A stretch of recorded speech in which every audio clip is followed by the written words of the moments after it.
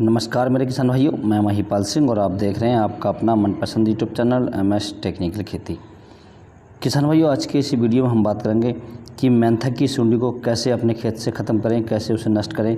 क्योंकि यदि हमारी मेंथा की फसल या पीपरमिंटी की फसल में या शिवाली की फसल में यदि सुंडी लग जाती है तो उसकी ग्रोथ रुक जाती है और जो पौधे हमारे होते हैं वो ऊपर से जलने लगते हैं और उनमें जाला सा बन जाता है। जब हम उसे देखते हैं तो पौधे की जो ग्रोथ होती है वो पूरी तरीके से रुक जाती है और हमें उससे काफ़ी नुकसान होता है। हम काफ़ी फर्टिलाइज़र खाद वगैरह देने के बाद, पानी वगैरह सही टाइम पे लगाने के बाद भी जो हमारी मेंथा की फसल है वो नहीं हो पाती है। तो किसान भैया, आज की इस वीडियो में हम बात करेंगे मेंथा की सुंडी को हम कैसे जड़ से ख़त्म करें अपने खेत से। क्योंकि मेंथा में यदि सुंडी हो जाती है तो हमें काफ़ी नुकसान हमें उसके देखने को मिलता है किसान भैया। तो इस वीडियो के माध्यम से मैं आपको आज पूरी जानकारी दूँगा और मैं ऐसे कुछ टेक्निकल बताऊँगा जिसकी मैं गारंटी लूँगा कि आपकी जो खेत की सुंडी है वह एक ही स्प्रे में नष्ट हो जाएगी। तो आप मेरी वीडियो को अंत तक बने रहिए ताकि आपको सही जानकारी प्राप्त हो सके। जो किसान भाई चैनल पर पहली बार हैं वे चैनल को सब्सक्राइब कर लें और पास वाली घंटी को भी दबा दें ताकि हमारे आने वाले नई वीडियो का नोटिफिकेशन आपको सबसे पहले प्राप्त हो।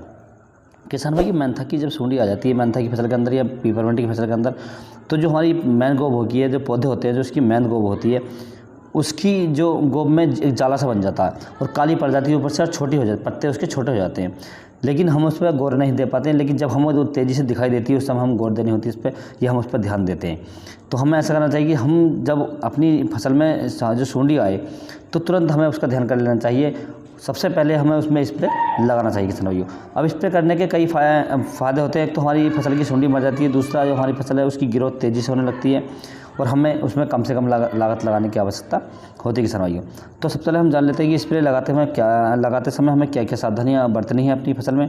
तो सबसे पहले किसान भाइयों, स्प्रे लगाएं वो सुबह के समय लगाएं या शाम के समय लगाएं। क्योंकि दोपहर के समय ज़्यादा गर्मी हो जाती है तो जो सुंडी होती है वो पत्ते के नीचे पहुंच जाती है, ज़मीन के अंदर चली जाती है और हम उस पर दवाई लगाते हैं तो सुंडी पर नहीं पड़ पाती है, जो गिनाड़ होती है उस पर नहीं पड़ती है और वो मरती नहीं है।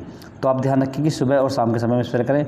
दूसरा आपको मेन पॉइंट है कि आप अपने जब खेत की सिंचाई कर लें अच्छे तरीके से, जब आप खेत की सिंचाई कर लें उस समय आपके अपने खेत में स्प्रे करें ताकि खेत में पर्याप्त नमी होनी चाहिए। यदि आप सूखे में स्प्रे करेंगे तो जो आप उस पर पानी लगाएंगे स्प्रे में तो जल्दी से पौधे सूख लेंगे उससे और हमारी दवाई का असर वो ख़त्म हो जाएगा। तो आप ऐसा न करें कि आप सूखे में स्प्रे कर दें, आप पहले पानी लगाएं उसके बाद आप इसमें स्प्रे करें। अब बात कर लेते हैं हमें कौन सी जो अच्छी दवाइयाँ उनका प्रयोग करना चाहिए।